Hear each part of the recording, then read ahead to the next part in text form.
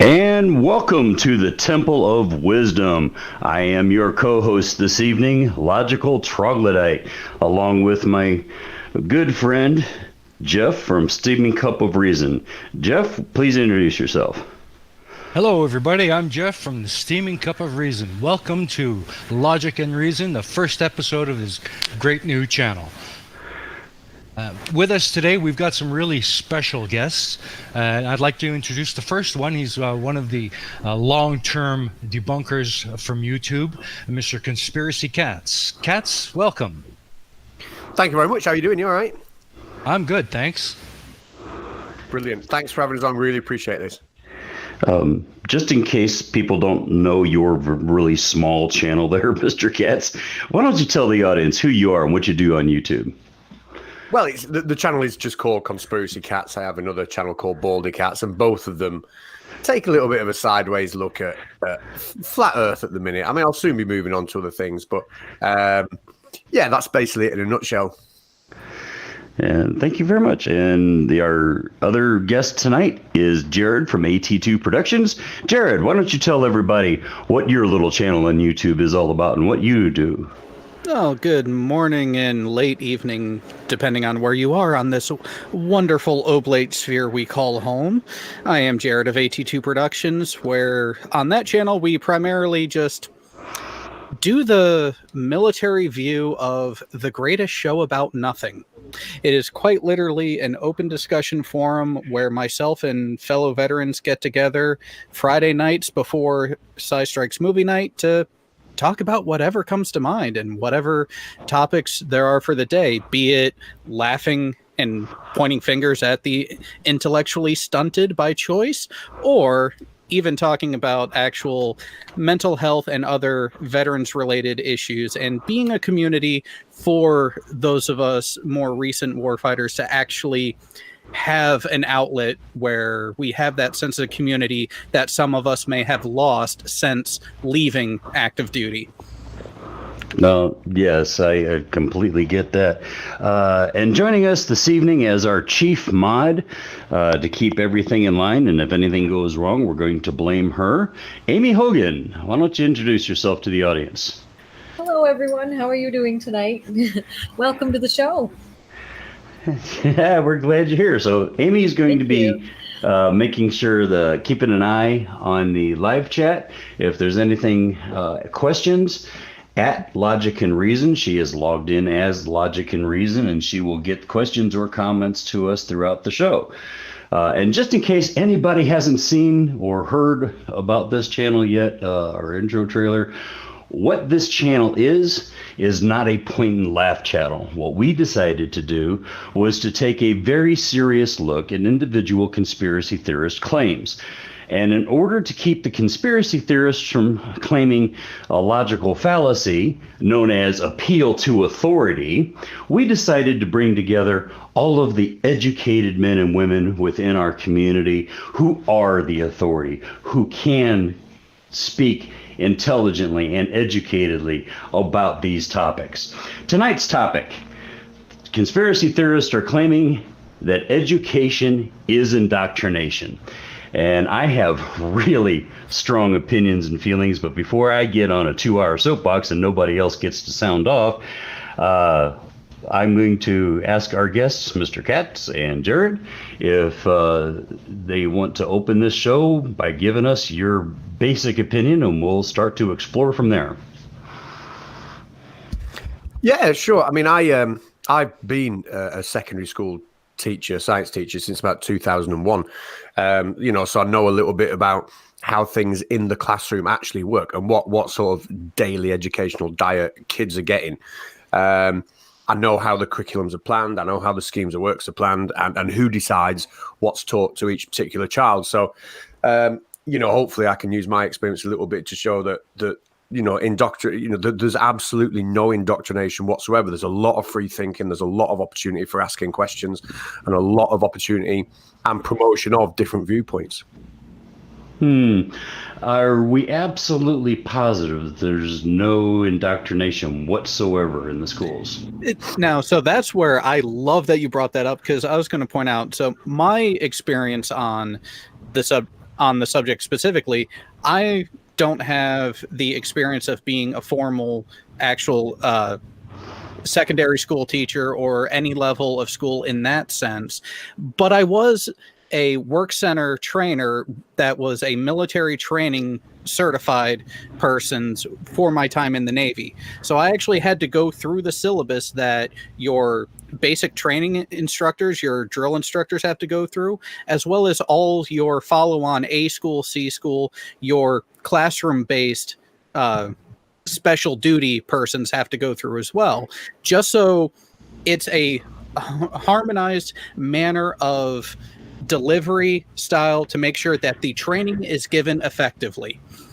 Now, with that, what I have found with the conspiracy theorists is they like to twist and manipulate what is actually meant by the term indoctrination. Because when you actually look at the root, the actual word indoctrinate, it does not have a negative connotation. It is quite literally to instruct in the fundamentals or rudiments of a particular subject, which is not bad. That is the actual purpose of your primary and secondary schools, to give you that foundation of these basic tenets that you need for your intellectual and daily social personal lives. Yes, that's the archaic definition of the word indoctrination, but as in all things, it evolves. Language evolves, and today the word carries negative connotations for putting out ideas that and belief systems that have no real basis in science or mathematics, things that are unprovable. So that's the common usage that most people and conspiracy theorists are using. And so, yeah, the archaic, that's kind of cool, but that idea that our schools are teaching our children things that, are better left to parents, that's a question too. Before I get too much deeper into this, Jeff, why don't you give us some thoughts on this? Well, like Conspiracy Cats, I've also spent the past 16 years here in Vietnam as a primary school educator. Like Cats, again, I'm familiar with what happens in the classroom. And I actually follow a very similar curriculum. We are currently teaching the standard UK public school curriculum for English, maths, and science. And in my experience, I would not call what I do indoctrination, because what we're actually doing in the classroom is simply giving the students the tools they need to think critically and come to the facts on their own. And we just guide them along that path. We're not telling them this is what you have to believe. No, we tell them this is what is currently accepted as the truth, and then we show them how to verify and evaluate that as fact. Right. I'm sure Conspiracy Cats would agree with me on that. Yeah, absolutely. In fact, one of the things I was going to say, though, is I'm sure you've seen it as well, but a big shift in my time in teaching away from content and to exactly what you said, being able to empower the kids with the ability to think critically. One of the things that we always hear over in the UK is that the jobs that our kids are going to be doing in 10, 15 years time, most of those haven't even been invented yet with the with the development of technology. So we shouldn't be just plowing content into kids' heads. We should be giving them the ability to think and learn, as lifelong learners is kind of like a term that we use. So It really is about delivering them those skills so they can cope, not about just forcing content. Right. To make better, more informed choices in their future. Now, I don't know what the education system's like worldwide, which is why I asked guests from the UK. And Jeff, you're in Vietnam. Jared and I are in North America. So all I really know about, for the most part, where this is concerned, is North America school systems. And I'm educated and trained in psychology and clinical therapy. Okay. My actual specialty was in addiction recovery. So I have been a student, and I've been an instructor, and I've been a clinical therapist. So I keep abreast of what's going on in my field, which kind of branches out into other fields. And where this in education is indoctrination that the conspiracy theorists are actually coming from is a political argument in America, where you have, and it's both sides of the aisle, far left and far right, are trying to teach their political ideals and social engineering thoughts in schools. It started in the universities, and it's beginning to trickle down into secondary school and primary schools. And that's where that debate is taking place. But what the conspiracy theorists are trying to do is they're trying to co-opt that argument to basically paint the entire education system in North America as negative. Because if you can destroy that foundation that we can trust our educators, then that gives credence to their ideas, whatever conspiracy theory they tend to subscribe to. I'm glad you brought that up, actually. I was going to ask Jared, you are currently a postgraduate student, are you not? Yes, I'm actually. So I'm an electrical engineer and aeronautical engineer as my undergrad, and I'm recently gone back to school to specialize more in particle physics because I'm a curious SOB, and if the government is going to pay for it so I don't have to out of pocket, why not use that benefit while it's available to me? Exactly. And like Logical said, when you're studying, do you have a limited trust in your teachers or your instructors? I have a base level trust of all of them, but at the same time, because of the level we're at and the establishment that all of us in the coursework I'm doing have going into it, the professors are not afraid of us asking questions. So as we're going through newer material and working through things, it's not uncommon for an actual discussion to pause the material just to make sure that everyone is actually understanding. The whole thing of, oh, it's just rote memory, they're just trying to tell you what to regurgitate, that could not be farther from the truth from my own experience. It's not just a matter of you knowing what the outcome should be, but how you get to that outcome so you can problem solve it on the back end when it doesn't work. Exactly. And how about you, Catz? Do you feel that your students trust you? Yeah, I mean, the students I work with are obviously much younger, from 11 to 18. Excuse me. So I think, at that age, they've still got the inherent trust in, in an adult figure or authority figure, which I suppose is one of the arguments that conspiracy theories play on. But yeah, I don't think I've ever had anybody doubt me. No. Yeah. The reason why I asked was exactly that, because I teach at the primary school level. My kids are much younger. I'm dealing with children at the ages of 8 and 9, so they have a very strong dependence on me to teach them things. So conspiracy theorists, they like to jump on that and call that indoctrination. And I kind of take that as an attack. Absolutely. And I have seen an evolution in our education system in my own lifetime. I grew up in the 70s, and at that time in grade school and high school, graduated in the early 80s from high school, we were being taught, like Jared said, how to, not only what the outcome should be, but why it should be, how to get there, how to get from point A to Z, and all the steps in the between without making intuitive leaps or logical fallacious leaps across things. But then I dropped out of college at 19 to join the Navy. Some of it was for financial reasons, and some of it was a lack of direction. I kind of didn't know what I wanted to be, right? So I joined the Navy. I became a blue-collar worker. I wasn't able to go back to college until I was in my early 40s, after my children had already been raised and started families of their own. By the time I went back to college, I was already starting to see the political nonsense start to invade the classroom. And at that time, it was kind of like if you weren't a Democrat, if you weren't a Republican or whatever was going on at that particular school, then they kind of tried to shame you.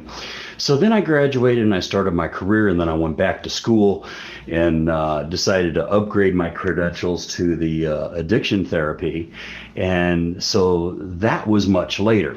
And then it was really, really liberal. In fact, it was almost as if being a middle-aged white man was bad.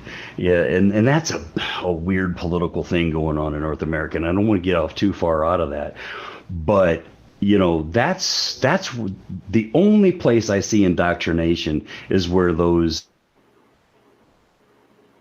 because in my opinion, those conversations are fine in the halls of learning, provided it's an even discourse on both sides, and I get to make up my mind which side of the fence I want to sit on, or cross the fence back and forth. And then that's fine. But when you sit there as an instructor and tell me as a student that I should be ashamed of myself because, and then lay out all the social engineering arguments, I'm going to reject that, because what they're talking about has nothing to do with me personally. I'm sorry. I would agree.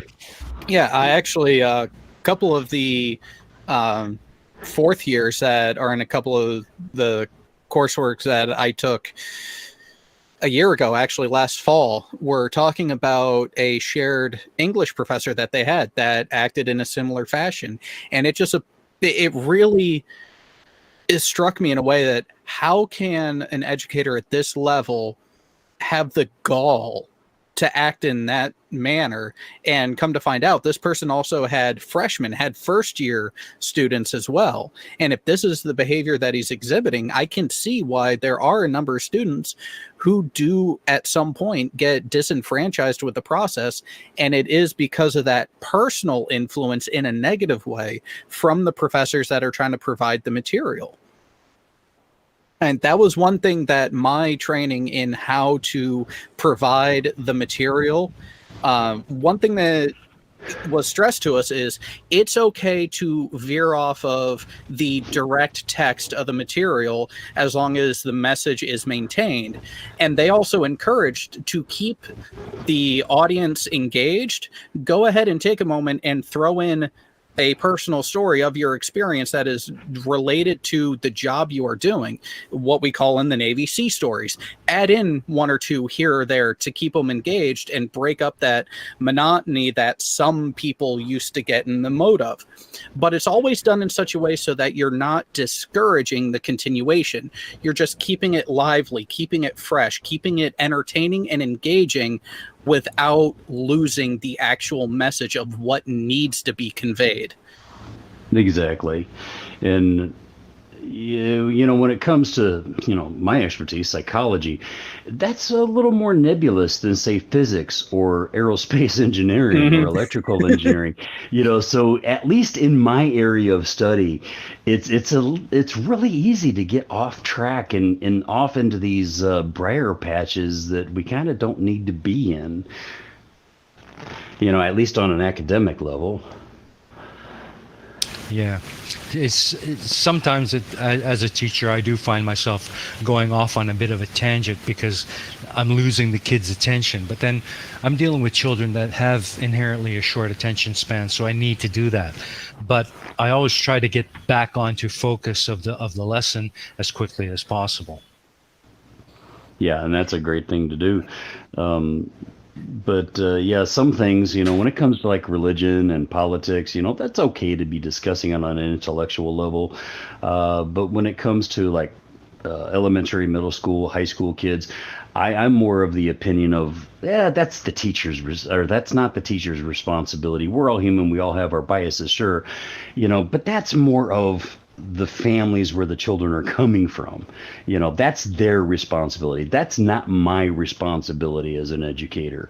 My responsibility of an educator is to help them think critically, to teach them the information of whatever subject we're learning, and show them how to use it in practical application in an everyday life. Yeah. Yeah. Absolutely. It can be difficult. Oh, sorry. Go ahead, Catz. Go ahead. It can be difficult, sometimes at secondary level, especially when you get to, 15 to 18-year-old sort of end, because, when you're teaching something, if there are political or moral things that surround the subject, the kids just, by their very nature, they're going to ask you your opinion on it.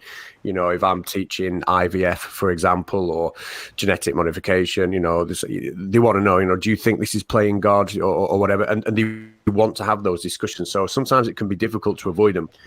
But, like you said, that really it is the parental responsibility, or the responsibility of the home life they've got to kind of like nurture whatever beliefs or opinions that they want their children to have. So I always just I'll engage in the discussion, but ultimately I'll never direct them to one belief or another. I'll tell them my personal belief, but I'll always leave it as, but this is a very subjective area. The last thing you can be doing is dictating to the kids, because if you've got 30 kids in the room, you've got 30 different opinions, and you can't placate all of them. They've got to be able to see that people with different opinions can have that civil discussion and then just walk away from it.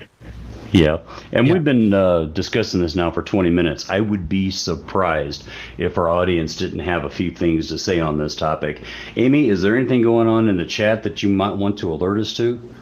Absolutely. There are a few great comments that I've been able to find so far. One ugly German truth said, need to have a certain level of general knowledge and comparable abilities, or they will fail out of the job market. As unfortunate as that may appear to an idealist, it's what society needs from schools as payback for the money and effort put into them. That said, nothing in this need for comparable education levels requires teaching of lies. And then Coral Hayward asks, logic and reason, what are your thoughts on private school versus public school? Well, personally, I don't think there are differences between private and public schools, obviously. I grew up in a private church-run school through the 9th grade, and then went to public school for 10 through 12, and then college years.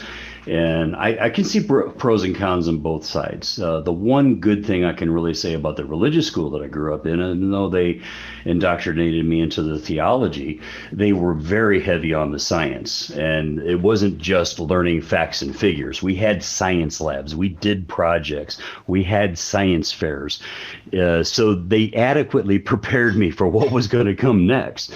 I don't really think if you're looking at either private or public, it really matters so much as long as you're choosing the school and the teachers that are teaching your children what you want them to know, so that they can be prepared either for a blue collar job, university, colleges, whatever you hope and aspire for your children. Yeah, growing up in the 70s myself, I went through the Catholic school system. And while I don't really agree with religion in the classroom, the private schools, whether they be religious affiliated or not, they tend to be better funded than the public schools. And as a result, the quality of the education is higher. But by the same token, I think public schools are more along the lines of equality for everyone, aside from other beliefs. Keep the religion out of it. Yeah. Catz, Jared, any thoughts on that one? So it's really interesting that topic came up to because of my unique connection to it. My wife has a son from a previous relationship, and when it came time for him to be of age to go into school, we really were faced with a question. We're in an area where we actually had private schools as an option compared to public schools. The nuance to this is the fact that my mother-in-law is an English teacher in what's is the middle school years here in the state. So we have an inside look at how the public schools are actually being operated in the town that he would have been going to.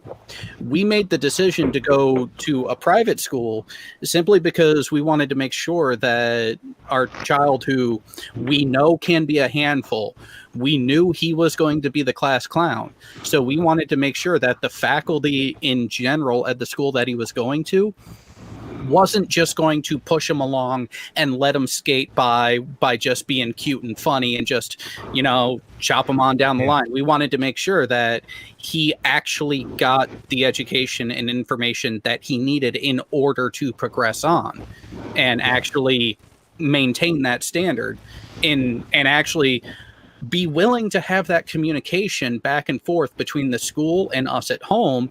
That way, if he's acting up, we can work on it from our end at home and have that consistency of, no, you do not act like that in class. You do not act like that at home.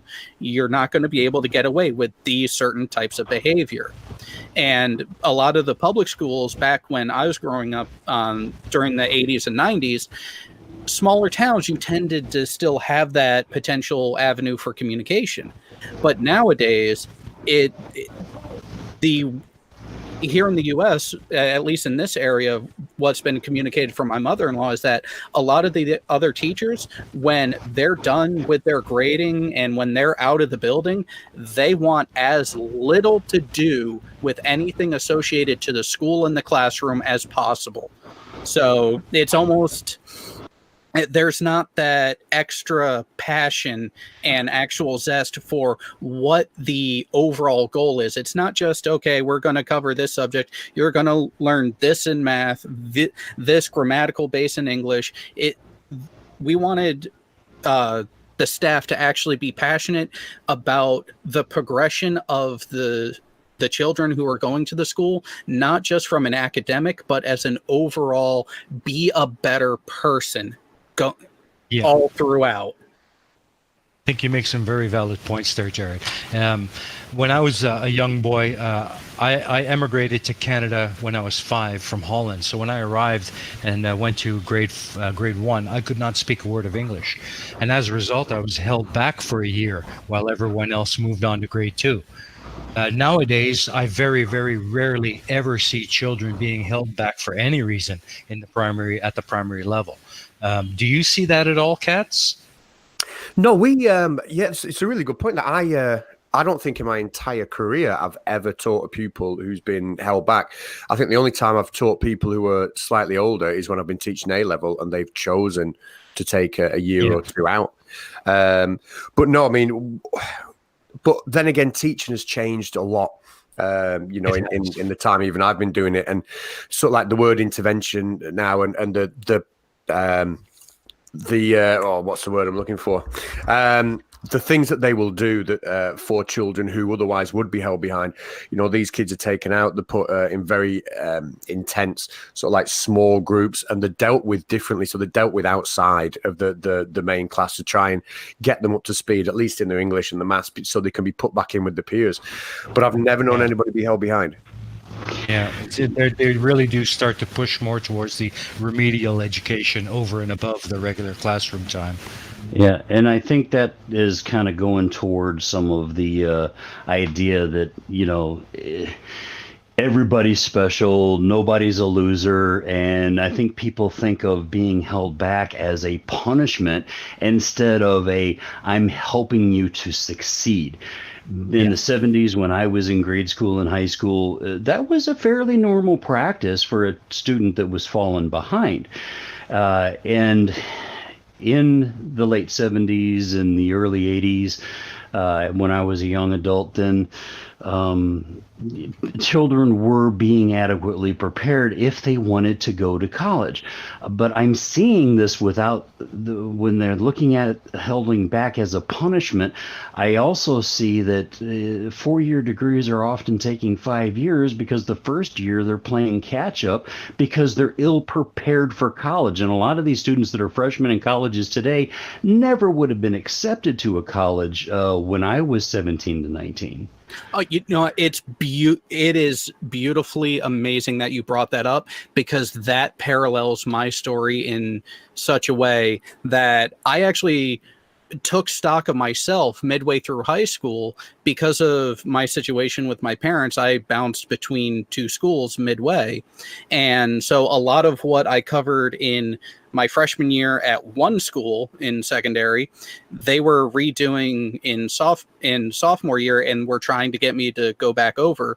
So there was a lot of conflict just to get me to keep on the proper path in classwork. And I got frustrated with it. I pretty much threw my hands up and was like, you know what, I'm going to do enough just to get by at this point. And then about a year later, I looked back and I was like, okay, that was a mistake. And when I took stock of everything from there, I realized it's like, okay, my own habits are not conducive to go from high school straight to a 4-year college. Not at all. Yeah. So it was a question of, what do I want to do? Part of that analysis was I would get bored in class because I picked up the material really quickly. So I made the decision. And it's like, you know what? I'm going to get out of the house. I'm going to go do other things and actually work with my hands, be tangible. And I ended up picking the Navy over the other branches. So the fall after my senior year of high school, I left home, never been back since.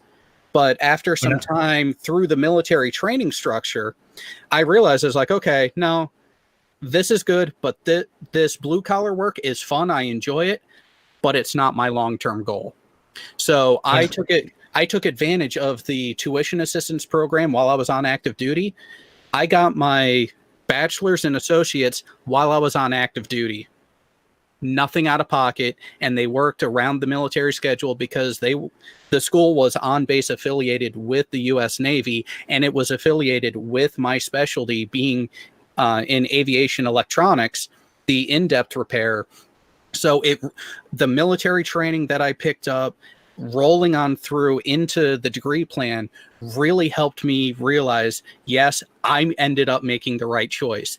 And having a staff at a school be able to recognize the potential for these things, to get some students to realize maybe a 4-year college isn't right for you, but you're not left out in the dark. There are other avenues. You don't even have to go military. You can work a trade. You can do skilled labor. It's about finding what that student is passionate for and also what their capability is in, and not looking down on anyone if they choose and actually make the proper choice for themselves, that going into the system of just high school to college and then figure things out is not the wisest choice for me. The more people we get to do that, the better the education system will be, and also the better society has the potential to become and actually get back to what it was thought it was going to be by this time in the US, and probably even more so worldwide. You know what? I might just be a dreamer, though. Who knows? Who knows? Who knows? I know when I was going through high school, our school had an in-house guidance counselor, and they were really instrumental in working with my teachers and helping me get through some of the difficult spots in high school. I don't know if they have guidance counselors in the schools in the US and the UK, but in Canada, they do. And I think it's a great idea to have them there. Absolutely. And I know I sound kind of like the old guy that wants to reminisce about the good old days and, looking at my memories through, gilded lenses or whatever. And I'm not really, because I do realize that education has evolved. When I was in grade school, it was, for the most part, you were sitting at a desk. We did have science lab, we did have biology lab, but that was only 1 hour of the day. And the other 7 hours, we were sitting at a desk, we were reading textbooks, we were working on the blackboard. Very, very traditional. But psychologists have done a lot of studies and found out that different people learn in different ways. Some people are tactile learners, they learn by doing. Some people learn by reading better. Some people learn by hearing or seeing better. And I think the modern educational system has done better bringing more of that into the classroom so that any student can learn in any way that's the best for them. Absolutely. As teachers, we are highly trained to recognize the various learning styles of the students in our class and plan our lessons accordingly. Wouldn't you say, Catz? Yeah, definitely. I mean, in the UK, maybe about 12, 13 years ago, there was a massive push on something we summarized as VAC, visual, auditory, and kinesthetic learners, which Yeah. are basically summarizes what you said. But I mean, one thing that stuck with me was from that was when I plan a lesson, I will plan a range of different activities in that lesson that try and incorporates all of those. You know, I think it's impossible for me to sit down with 32 kids and say, right, well, this is his preferred style, that's her preferred style, and try and cater on an individual basis. But if I can make sure that a lesson is incorporating all the different learning styles, then well, that's the best I can do with it. But it's certainly at the forefront of my mind that people do learn in different ways. Yeah, absolutely. And as you said, as long as we cover the 3 learning styles, everyone in our classroom should benefit from the lesson.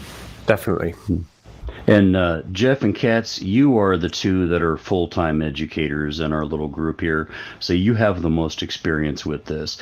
Have you ever, and if you do, how do you address it with a parent when they come to you and they start questioning, why are you teaching my child this or that? I don't agree with this or that. I think this might be a lie or indoctrination where this is more acceptable to me. Why are you doing this? How do you address those things? For me, that can be difficult sometimes because parents don't really understand the methodologies that we are using in the classroom completely.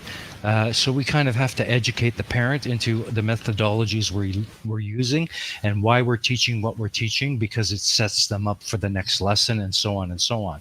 But many parents just don't get that. How about you, Catz? I suppose it's fairly simple at a high school level, because we are building towards those final exams, the GCSEs or the A levels, so the reason we're teaching certain content or certain skills is so they can, or teaching certain arguments, and we do look at both sides, is so they can pass a certain exam or whatever. But those issues tend to be dealt with on a whole school level. Nobody would go to the classroom teacher and say, or I've certainly never experienced it, why are you teaching this? Why are you teaching that? What I have had experience of, excuse me, our parents contacting the school because they don't want their child being in a lesson where we're teaching reproduction, for example. The traveling community in the UK, the culture there is that people find out for themselves about that. They don't want their children sat in a lesson learning, so they're withdrawn from those lessons. And the school tends not to have a problem with that. If a parent says, I've got an objection to my child being in a lesson while this is being taught, I want them withdrawn from that lesson until that content's finished. Schools are fine with that. Yeah, generally. You used a term I'm unfamiliar with, Catz. What do you mean, the traveling community? I suppose the politically incorrect term would be gypsies. Yeah. Oh, okay. Kids who bounce from school to school to school. I know what that is. Okay. And since we started this conversation talking about a conspiracy theorist claim, have any of you in the classes that you've taught been approached by a conspiracy theorist who was accusing you of indoctrinating your children and teaching lies? Well, online, yes. Good old Mr. Matthias. Well, yeah, but I mean the families directly responsible for the children you're teaching. No, never. I've had. Oh, sorry. No, go right ahead. I've had I think 2 kids in my entire time who have come to me and said, well, for example, my grandma believes this, or my uncle believes such and such, and they think you're telling me porcupines, but I've never had a child come out and say, I do not believe what you're saying, etc. So I've kind of had it passed secondhand to me. Because I know here in America, when the rapper B.O.B. came out as a flat earther, we had a rash of high school students from 8th grade to 12th grade going to their teachers, telling them, screaming at them, "You're teaching us lies." And it was a huge furor for a couple of months. And I don't know if it's just something in our water system over here that's creating more stupid or whatever, but I didn't know what was going on in the rest of the world on that front. I think a big part of that. I mean, I can imagine something like that happening here if it was a big UK celebrity and stuff. But kids are kids, and they love to jump on a bandwagon. At the minute we've got like a lot of kids storming out of school for climate change protests, and I've nothing wrong with that. I've got absolutely no problem with that. But actually, when you speak to the kids about why they're protesting, they've got no idea, even a lot of them, what climate change is or what they're trying to achieve. It's just a bandwagon they can jump on because everybody else is having a moan or a whinge or whatever. So, kids are kids. Yeah, I remember when I was 14, 15, trying to find out who I was and what I believed in and what I stood for and what my ethical compass and moral compass was going to be. And yet you're right. It's really tough through that self-discovery stage. Now, Especially for the younger children. Now, getting to the difference and disparity between the UK, Canada, and the US, I'm seeing as how I have the asset of my mother-in-law. Early on, when I was still just dating my now wife, I actually tried to have a discussion with her to try to find out just how much the standardized testings impacted the public school system here in the US.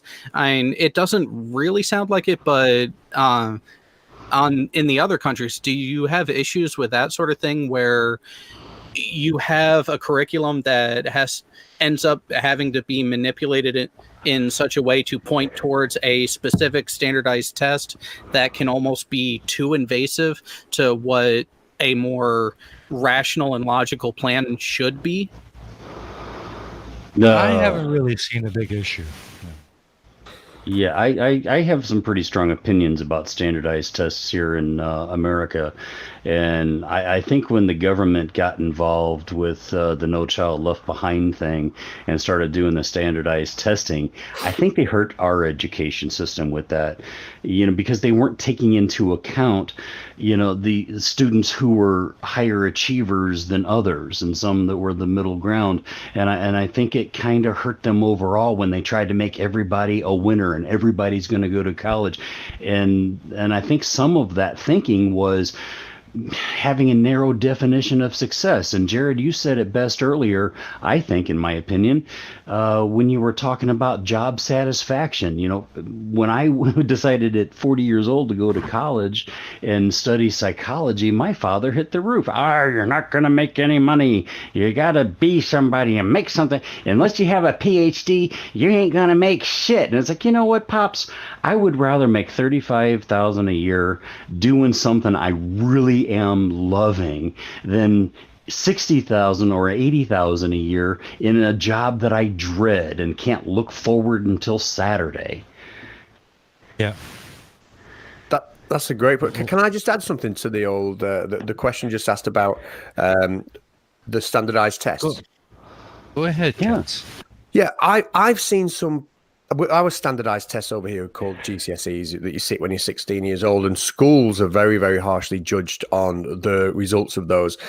And I feel really strong that they do hugely negatively impact the kids, because schools have now, and this is one of the main reasons that I'm walking away from the job. Schools have now become exam factories, and the practices I've seen, the things that some schools are doing to ensure that when those results come out, they look more, favorably than the school down the road, for example, are shocking. I'll give you an example. I worked at a school a couple of years ago, and what that school did, it allowed the pupils to take the options, if you like, choose the subjects they're going to sit their exams in, and they all chose 10 or 11 subjects, and they were happy as Larry. These kids, they weren't academically very bright, but they were learning all these different subjects. They had a really nice, broad and balanced sort of curriculum.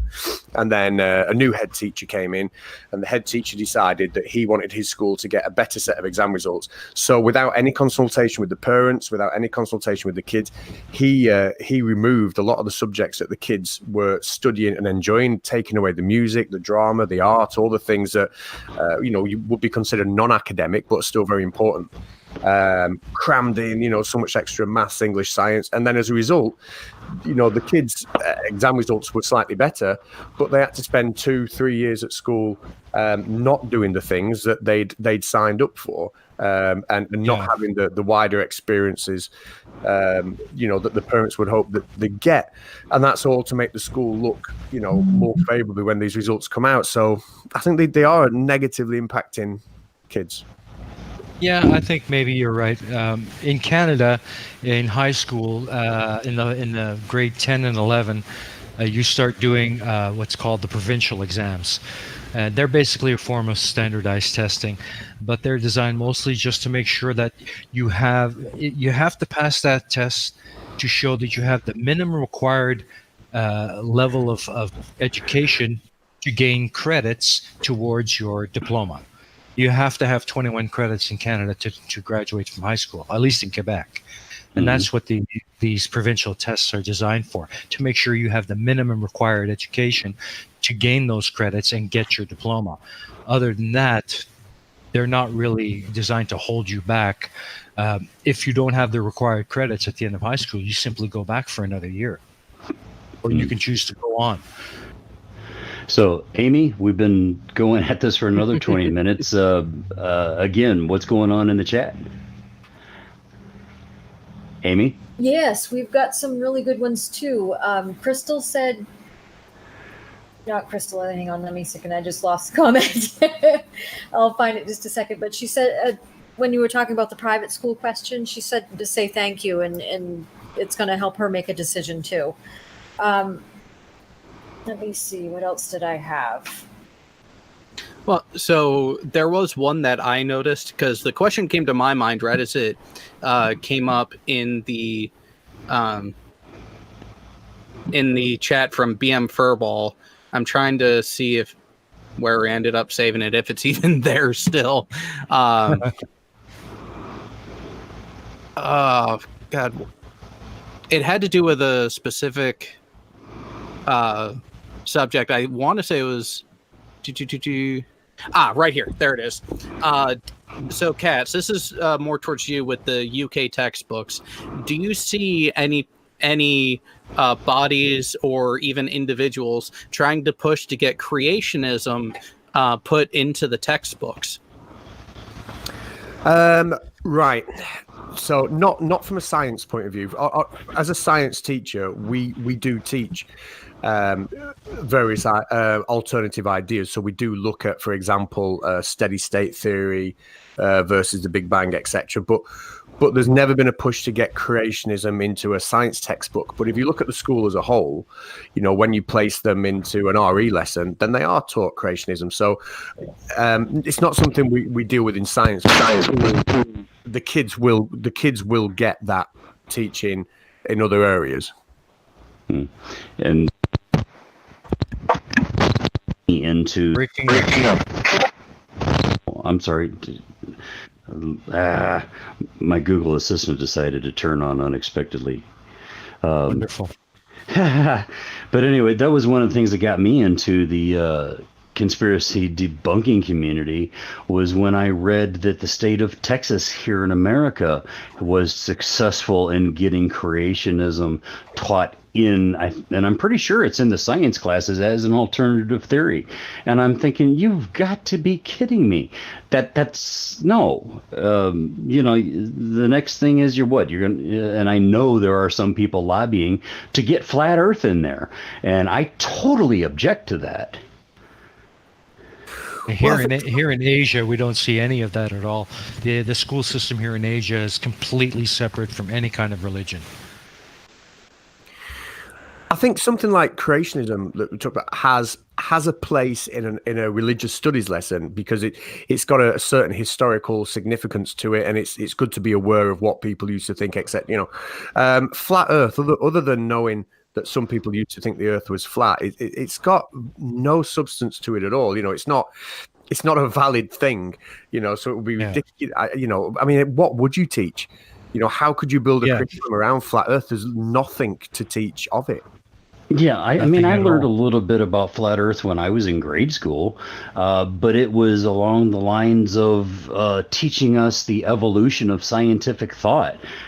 Starting with Sumeria, through the Greeks, through Copernicus and Galileo, and into today. It wasn't taught as an alternative theory. It was taught as part of the history. Yeah, a stepping stone to what we know now. And I just can't believe these people that want to treat it as something that's just, a serious theory topic. Of course, when I say theory, I'm using the scientific version of the word, not the layman's version. You had something, Jared? Yeah, oh no, it's just that is flat Earth and even creationism has its specific areas where it is relevant from a historical standpoint. And that's really where I've seen it best addressed and where it should remain. Flat Earth was the starting point. It quite literally is, this is how my direct reality appears to be. That is the foundation from that science came from. Once we started developing the means, methods, and tools, both intellectually and actual physical tools, to be able to challenge and further determine what's taking place, that's when flat Earth went out the frickin' window. Yeah, and it should stay out. Yeah, and it's the same thing with the whole religious and creationism thing. In my opinion, the best place to cover that sort of topic is in a class that my high school that I graduated from had, that I think all secondary schools should have. There was a myths and legends class where all we did was actually look into the mythos, both written and documented oral traditions of different cultures and religions worldwide. And we even started comparing how many of them had certain similarities. As such, when you look at the Abrahamic religions and other cultures that grew up around the Mediterranean, when you look at their creation myth, it always starts out as everything began in a paradise and then something happened from there. But then when you look at the Germanic tribes and up towards Scandinavia and the Rus out towards what is now Russia, their creation story starts with, there was nothing. Like, quite literally, in the Norse mythology, it starts out that there was nothing upon the land but dark and cold. When you start to factor in the locations that these mythos come from, it starts to make sense on why their myths would follow a certain type of narrative. So once you take that out of the equation and start looking at things objectively in that manner, you can start picking it apart and making sense of the culture of the people, the area they were from, and even how they would potentially end up progressing from that mythological base. And it's fascinating where we've come from all of those different roots. And it's great that you brought... Go ahead, Jeff. Sorry, go ahead, Lud. Oh, okay. Yeah, that's basically the basis of indoctrination, really. Education involves seeking of facts, but indoctrination is simply influencing people to believe things without actually backing them up in any way with anything more than opinion. Exactly. And I'm glad you brought that up, Jared, because that's something I've been saying for years, that, when it comes to any mythos, any modern religion, you can't view those texts through the lens of our modern culture. You must and have to understand the language and culture that wrote those in the first place to have any real context. Otherwise, you can make it say anything you want it to say. And again, that's not the way education works. What do you think, Catz? Yeah, no, totally agree. I think it's being a science teacher when the content I deliver, with it not being, with it being a little bit more black and white, you know, we don't really get into the kind of topics that require a subjective view. Some things we do, but it's not something that I really deal with on a day-to-day thing in the classroom. Everything we talk about has been proven, has been shown, and we don't really take that subjective view at a lot of stuff. Some things like IVF, you know, or things that have a little bit of a moral tilt, you know, but not much at all. And I see that Amy's been kind of letting me know in the temple chat that there are some things going in the live chat she wants to bring to our attention. Oh, cool. Yes, there are. I've got a couple comments here. It was Coral Hayward that said, she said to say thank you to the both of you. That was helpful. She thinks the smaller class size of the private school will be beneficial to her child, although more expensive. And then I got some really good comments from Ugly German Truths. And he says the problem with U.S. curricula is that every school district can decide on their own, and they are elected, so only the idealists and nut job idealists bother to try to get into the board, with results like the infamous Texas school books are in raw fights against, telling about Moses having inspired the U.S. Constitution and so on. Great comments. I always love hearing from Ugly German Truths. He's always got a lot of good things to say. And I'd like to hear Jared's response to that.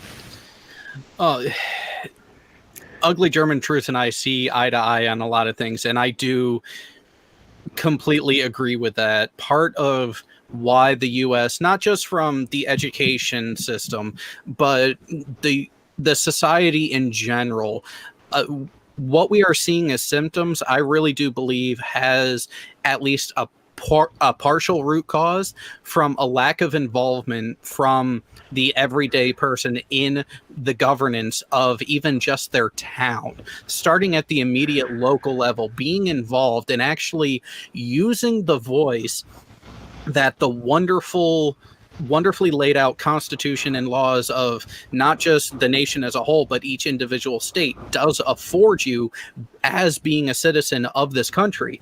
You have the rights, you have the ability to be involved in these manners. And for people to be discouraged because they think, oh, I'm just one person, what can I do? Look who's in the White House. We can do better. We can do better than the majority of candidates that have been put before us for a good 25, 30 years. We just need to remember that it's not us having to cater to them. They work for us. Without us, they are nothing. Yeah, people They tend often to lose sight of see. that. Yeah, people tend to see men in power as having power without truly understanding that men don't have power in and of themselves, and they don't take power. They're given power by us. Exactly. Well put, Logical. Well put. And Babes and I were, wanting to watch a movie the other night, and we found one from 1960 called Inherit the Wind. If you haven't seen it, I suggest go watching it because it's still relevant today and is certainly relevant to this conversation. It's about the Stokes trial from, I think it was 1920 or 22, something like that, where a science teacher in Tennessee was imprisoned for teaching the theory of evolution because their state law said it had to be biblical based. Wow. Sounds interesting. Yeah, when you Go ahead, Jared. Go ahead. When you hear stories about that, it's really fascinating to see just how far in a relatively short period our nation did progress. I mean, even just look at how the interaction between men and women in the 40s and 50s versus even just in the 80s and into the 90s, and then the change just from the 90s to today. The constant evolvement of the society has almost had a detrimental effect with how much it has changed over a short period. And again, you have people who forget that we as the populace, the way it is set up, we have more direct influence over not just our own individual lives, but also the lives and the progression of the world we are a part of. I always tell everyone, even if I don't agree with you, I want to hear what you have to say. I want to hear your voice. Actually use your voice in the manner it was intended for. Yeah. Have the conversation. Yeah, and don't be afraid of the conversation either. You may not agree at the end of it. The point of the conversation isn't inherently to get the other person to agree with you. Sometimes just having the conversation is, how can I better understand this person who doesn't see the issue the same way I do? And by coming from that standpoint, you can then better understand not just the issue, but them and even yourself. Yes, yeah, I agree. Absolutely. And I love what Jeff says at the end of all his videos on his channel. Yeah, never be afraid to speak your mind. Just think before you do it. Exactly. I love that line. And psychology studies have shown that people who have a higher level of education and people who are active in the political process, even if it is just on their local level, and people who engage socially outside of work and outside of their home life, are less likely to fall into conspiratorial thinking. And conspiratorial thinking isn't in the DSM so much as a diagnosis, but it is talked about under delusional thinking. And when we start raising a generation of people that are taught to mistrust the government, mistrust their teachers, mistrust any form of authority, we're raising a bunch of mentally unstable people who easily fall into delusional thinking, and it scares me because at my age, that's the generation that's going to be taking care of me in my dotage. Yeah, exactly. I'd like to get... Oh, go ahead, Catz. No, sorry, go on.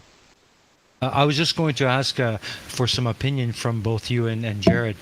With the recent shift in the U.S. education from the Common Core to STEM, how do you see that affecting the future of your education system? Sorry, what's happening in the US? It's shifted from what, sorry? It's from Common Core to STEM. STEM as in science, technology, engineering, and maths. Is that the how you? That's correct. Yeah. We've had all schools in the UK have an obligation to STEM, and we've had that pretty much throughout my entire career.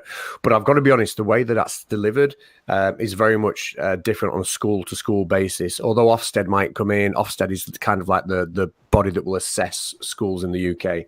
Although they may come in, they don't really make STEM provision a priority. As long as you have a STEM coordinator, somebody that's willing to drive that in the school, they're more interested really in looking at the results and the teaching and learning. So my experience of STEM in schools has been very, very inconsistent. Some have delivered it very, very well.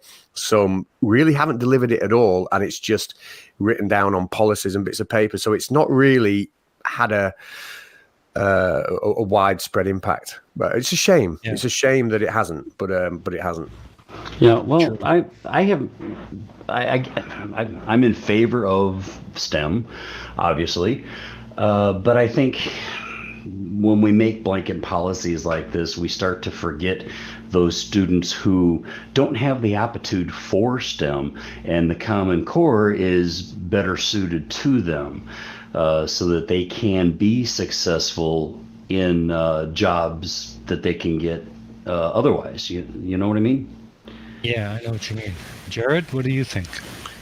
Oh, I remember seeing the introduction to Common Core, and I am exceptionally adept at math. I mean, just for the electrical engineering side alone, I've had to do calculus, calc 1, 3, differential, vector algebra. I mean, that part of it is what really racked my head, because when I saw how they were trying to explain and go through a problem on just basic arithmetic, blew my mind how someone using the older tenets can get to the right answer in a fraction of the time of Common Core, but they were so dead set of, nope, got to do it this way.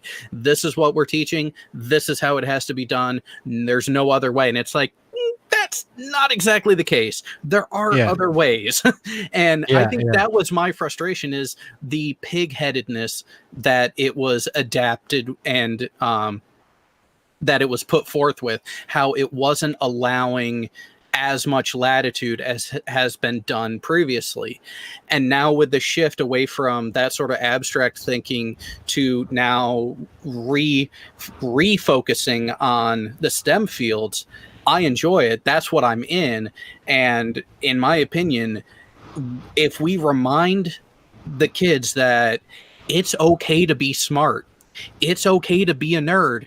I mean, I have a series on my channel that is dedicated to nerddom.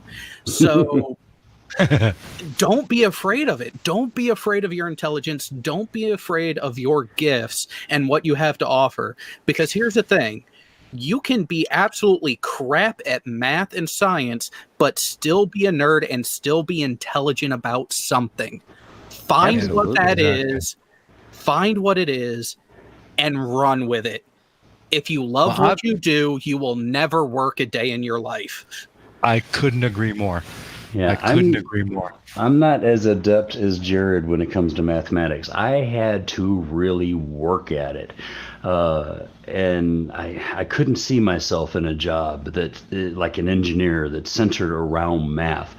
But the education I did receive taught me not only how to learn what I was learning in school, but how to learn and self-educate after school. So even though I have an education in psychology and counseling, I have self-educated a little bit in physics and a little bit in cosmology and a little bit of all these other things that have interested me. So without that basic education and teaching me how to critically think and how to learn, I wouldn't have been able to do that. And I don't think I would be as, I don't know how interesting I am, but I'd be a hell of a lot less interesting if I didn't have that foundation. It's our responsibility for people like Catz and I, who are professional educators, to encourage our students to go beyond the classroom and continue looking into things and finding out more details and coming back to the class with that information and sharing it. That's not always a very easy thing to do, but I always encourage my kids, whatever you learn in my class today, go home and ask mom to go on the internet with you and try to learn some more and tell me about it the next time I see you. Catz, what do you think? Catz, you still here? Maybe he... Sorry, I was muted. Oh, okay. I was answering away, but I was muted. Sorry. Yeah, no, I totally agree. And I think that goes back to what I was saying at the beginning. That we've had this big shift in the curriculum to becoming, like, the term we use, I don't like buzzwords, but the term we use is like lifelong learner, being able to equip kids with the curiosity and the skills to go and find stuff out for themselves. And this even links back to what you were saying before about people not being equipped to start, a 4-year course straight out of school, because a lot of them haven't been successful in developing those skills, and that is affecting them negatively later on in life. So it's so important, more than the content. It's so important we give them those skills and that curiosity, definitely. Yeah. And Amy, anybody in the chat have anything to ask or to add to our current conversation? Actually, yes. I have one from Kristen B. She, Mad Honey, she asked, how can a parent give input on new curriculum if teachers have very little to no say in curriculum changes after trying it out? And then I had another one that was really good too from Coral Haywood. And she said public schools really need to improve how they deal with and try to teach special needs children. It's her experience that they damage them instead of understand and teach. Yeah. I think there's conversations in there, but I'm going to let our two professional teachers start to address those. Yeah, I think a lot of those issues really require a very specialized training or just specially trained teacher that are particularly trained in dealing with special needs kids, because it is very, very difficult for a standard teacher like myself to often deal with these kids in my classroom because they are just too unfocused. You really need to have a specialist in there. And unfortunately, a lot of schools just don't have the funding to bring on a professional of that level. Catz? Yeah, well, regarding that one, that's something that's really changed in the UK in the time I've been teaching. If I go back to my NQT year when I first started, I'd have the best they could do is put those special needs children in very small sets. So I might have 10 or 11 children, but again, I'd be on my own and I wouldn't have the understanding of really what their needs were. And of course, we'd do our best, but, we'd let them down. But as time has gone on, schools, in my experience, have become so much better and so much more aware at how to provide alternate provision within the school day for these kids that I'm seeing children that would have been let down 15 years ago now making some really good progress. So I think it is something we're definitely improving on. But I do agree, some young teacher fresh out of teacher training school is ill-equipped to deal with them on his own. Yeah, even with the modicum of experience, it can still be difficult. Right, definitely. And I'm actually going to ask Amy to get into this part of the conversation because she doesn't make any bones about it. She has a special needs child, and so what do you think about this, Amy? What is your experience with the educational system with your child? Actually, I have been pretty lucky with my school district. They do ask for my input, which is wonderful. We have a great school right now, and one of the very first things that I tell them when I meet them now is, by the time my child's career is done at your school, you are going to be so sick of me because I'm in there all the time. Yeah. But it's good. It's usually passing on positive information or information that we've learned about what Matt is doing and how he does and any behaviors that crop up. So I have meetings there constantly. I am involved. I go into the classrooms. I'm actually in the classroom sometimes all day long, volunteering, watching what goes on, seeing what happens in that classroom. He's actually in a specialized classroom just for kids with special needs, and he has one-on-one help and sometimes two-on-one if I'm in there. And so yeah, I do give a lot of input on how he learns best. They give input to me. We coordinate so that things are the same at home as at school as well. So like I said, I'm always in there constantly. We're always having meetings. I've had very good luck with that because most of the time they're very receptive to what I have to say. I'm very lucky to have a great school district that way. So I take it from the comments we've been getting in the live chat that we probably have some parents of special needs children. And it sounds like some of them are a little frustrated with their school.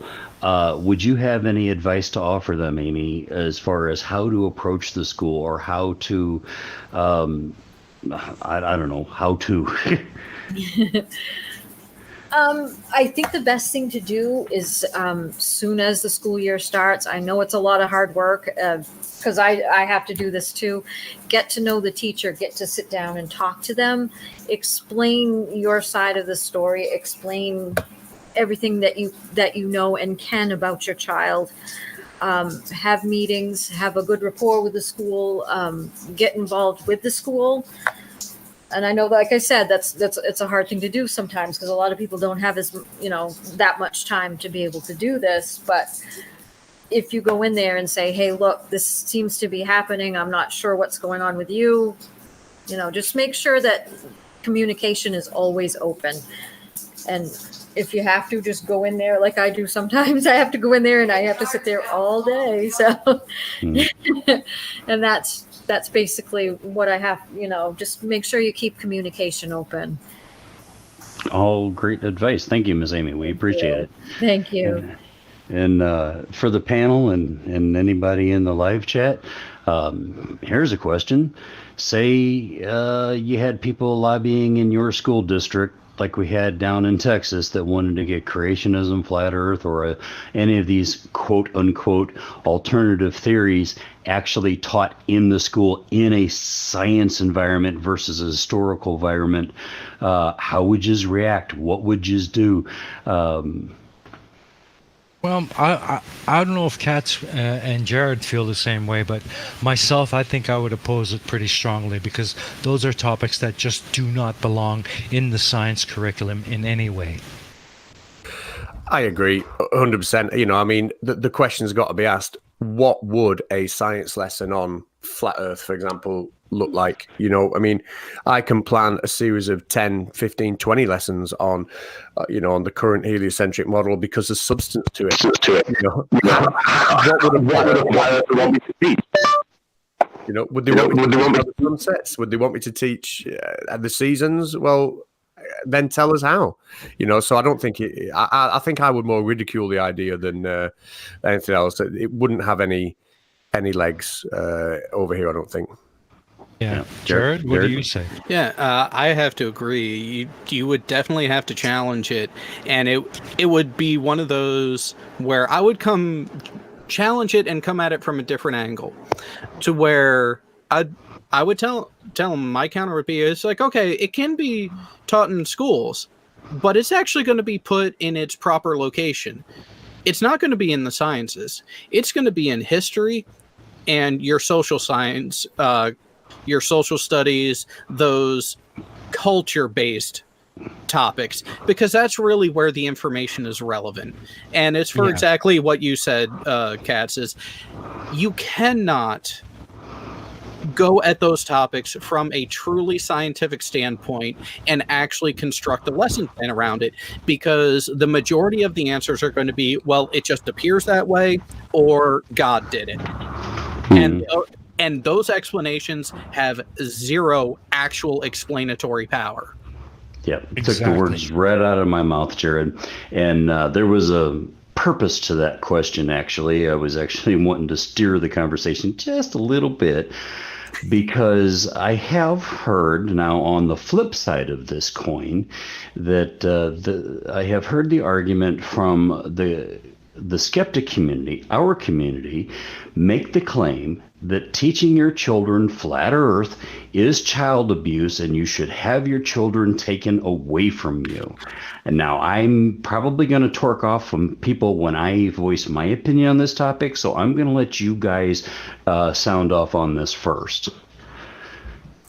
That's a tough one. I don't really agree with taking their children away from them. I think that is probably going too far. But there needs to be some kind of re-education of the parent. So I'm kind of on the fence with this, where I will play a middle ground where I can see it both ways, but it definitely wouldn't be a blanket, okay, if you're teaching your kids this, boom, they're gone. No, I'm not advocating for that, but it's on the board, because you have to think, what else is going on?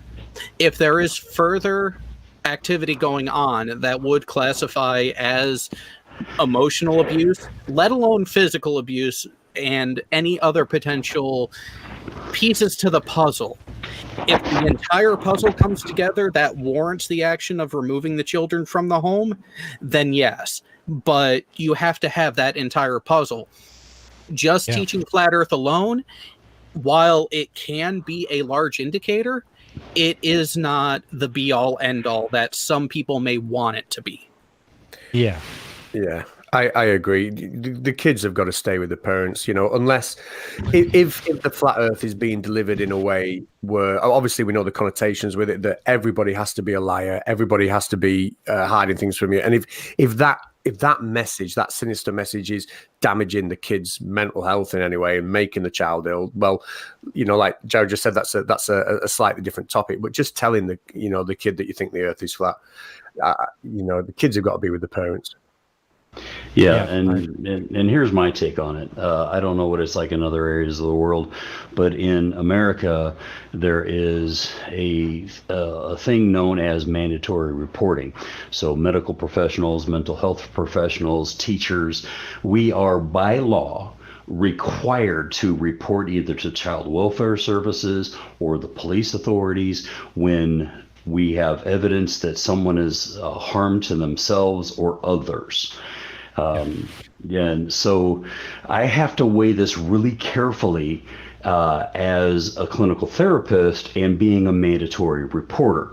And I think my caveat to this is that as long as they're allowing their children what we would consider to be a normal education, I can't see the harm in a parent teaching their children their belief system. If they're denying them a proper education otherwise, then yes, I think I have to seriously consider calling child welfare about that. But, it's kind of like, where do I draw this line? Even though I despise the idea of flat Earth and I ridicule people on my channel that do it in a comedic way, where do we draw the line? What belief systems are we going to say are appropriate to teach your children? Which ones are not appropriate to teach your children? Because that's a slippery slope. We can, if we get into this, if you're a flat earther and you're teaching your kids flat earth, then you're going to lose your kids. That can lead into, well, if you're this religion or that denomination or this political party, then we're going to take your kids away. That may sound drastic, but there are unintended consequences to everything we do. And those are potential unintended consequences for making this blanket statement. And I'm thinking that if they're allowing their kids to have a normal education, the worst thing that's going to happen, and it's not good, is that the child is going to discover that their parents are idiots. And no child should ever see their mom and dad as an idiot. Mom and dad should always be the hero. And that could really damage the parent-child relationship. And that's not healthy for either side. No, it's a great point. Yeah, like I said, and I think we all agree, a piece of the puzzle, yes. The only piece to the puzzle, no. Not by a long shot. Okay. Just kind of wanted to see what everybody thought. I thought we were going to have a lot more discussion and disagreement on it, but okay. So logical. You got to remember, this group that we have right here, we are level-headed and rational enough. I think that most of that rhetoric you end up hearing from the scientifically accurate group who may be advocating for that, they are coming from an emotional standpoint. They are thinking, they are jumping ahead to if they're teaching their kid this, what else are they doing? It must be egregious enough. I have to step in for that child. And while the heart and the compassion behind it is admirable, sometimes you got to slow your roll. As I told a number of my friends years ago during the prior administration, action for the sake of action is exceedingly rarely the proper choice. You have to actually analyze the situation. You actually have to look at what all of your options are and make an informed decision, no matter the circumstances and no matter the timing.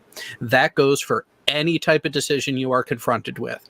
Yes, some situations are going to be time sensitive, but the fundamentals and the foundation is still the same. If you just simply react from an instinctive or an emotional standpoint, you might get lucky, but chances are you won't. True. Yeah, absolutely. And Amy, did this topic of conversation spark any sort of a firestorm inside of our chat? Actually, no, everybody's been really having great conversations, but yeah. Sorry, kiddo. But I did have a couple good comments. I had one from Glover Mom. Her kids' school was great. They encouraged parents' involvement. They welcomed her husband sitting on her son's classes because he had issues as well. And John Rapp said, logic and reason. I'm a team leader for a large disability services provider. I'm quite disappointed with the education level of some of our people, especially the high-functioning autistics. They're very smart. So, absolutely. Yeah. Autism does not mean stupid. Absolutely not. Anyway. I can attest to that, too. That kid is smart as hell. No tires, this guy. So, yeah. And Ugly German Truth said, I think it's also in part from personal experiences. Many of the anti-science parents teach their kids to be disruptive and to cause drama in the classroom instead of allowing the other kids to be properly taught and not just take part in it actively. Right. And I was just informed by our producer that we're coming up on an hour and a half. I don't want to take this out too late because I know Jared and Amy are on the East Coast and it's almost 2:30 in the morning for them. And they actually, unlike me, have lives. So how about if we start kind of winding down and let's see if we have come to any sort of consensus about this conspiracy claim that we're talking about tonight. So I kind of think from what I've been hearing that no, education and indoctrination are not the same thing according to modern vocabulary usage, although in some places some indoctrination can happen when it comes to political agendas and religious theologies and agendas. I could be wrong in that assessment, but that's how I'm kind of seeing it at the moment. Yeah, and as an educator of the primary level, I have to admit there is some indoctrination, but it's mostly in helping the children to learn proper social skills and how to work together, and they need to be indoctrinated in the rules of proper conduct. But that's as far as it goes. The rest is education. I agree. I mean, I at the very beginning of the show, I opened up by saying there is no indoctrination in schools, etc. And in my head, when I was making that statement, I was thinking of the flat Earth, the definition of indoctrination. Us indoctrinating them away from the flat Earth into the heliocentric model. But of course, our religious schools that we've got plenty of here, you could quite happily say that they are reinforcing and indoctrinating religious beliefs. When we teach our own citizenship lessons or PSHE lessons in the UK, we are trying to indoctrinate the kids with correct behaviors, respect and etc., how to be a good citizen. So I don't think indoctrination should be a dirty word, but absolutely in terms of scientific indoctrination, then no. No, there's none of that at all. Jared? No, I do have to concur. There are subjects that you can rationally and legitimately call indoctrination, but it's not the topics you conspiracy nuts think it is. When it comes to the sciences, when it comes to these advanced ideals, it's just that. The purpose is education. It's not just what the outcome is, but why is it that way? How do you get there? That way the person can do it themselves. From my experience as a military training instructor, it wasn't just me telling them, this is what you do in this situation. It's like, because I was in a technical field, it was, this is how the system is supposed to work. That would be the indoctrination part. Perfect world, this is how everything is supposed to work.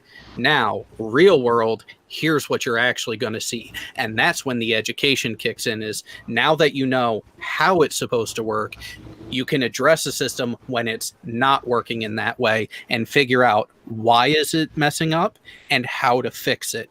And the only other thing that I would say would come close to indoctrination from a military training standpoint, and Troglodyte, I'm sure you're going to agree with me on this one, the majority of information in basic training to make you a basically competent soldier, sailor, airman, or Marine, getting that foundation made for what the service you are committed to requires of you from a bare bones level. Everything else from that is education. It's additional on top of your foundation. Absolutely. Well said. We both know that the military is a totally different culture for damn good reasons than the rest of the civilian world. And you're right. It doesn't matter what your MOS or rate is within the militaries. It's constant learning. And if we actually added up all of our class time, we would most of us probably have bachelor's or master's degrees by the time we had gotten to our end of obligated service. Yeah, absolutely. So, Amy, is there any final thoughts going on in the chat room that they want to address to us or about us or anything else? Very positive comments. Everybody's really enjoying this. I've seen some great conversations going on in the chat, and everybody's saying that they're looking forward to the next one. And it's been a really great show that they've all been saying, and it's been great conversations all over the place here. It's been great. Oh, great. Thank you, guys. And I want to thank all of our audience for showing up tonight. And I forgot to mention it at the beginning of the stream that we are actually starting at a milestone. This is our 100 sub special. Amazing. Thank you all for helping this channel to get started with such a bang. And I wanted to let you know that we are only doing this every 2 weeks because Jeff and I have commitments to our personal channels. We have commitments to our personal lives. We both have wives. We both have commitments to the Shills. So we don't want to overtax ourselves, even though that this type of discussion, I think, is really necessary within our community at this time. And so our next show is going to be at this same time on September the 22nd. The topic of conversation is the conspiracy claim that math is not reality. Our guests to help us explore that topic will be returning AT2 Productions, and joining him will be Mike Bertelson. I hope to see you all there. As do I. Thank you all for coming, everyone, and a special thank to our two guests. You made this a really memorable show, and it was really great to talk to both of you. Absolutely. So, Jared, do you have something you'd like to share with the audience before we close out? Just thank you guys for having me. It has been a blast.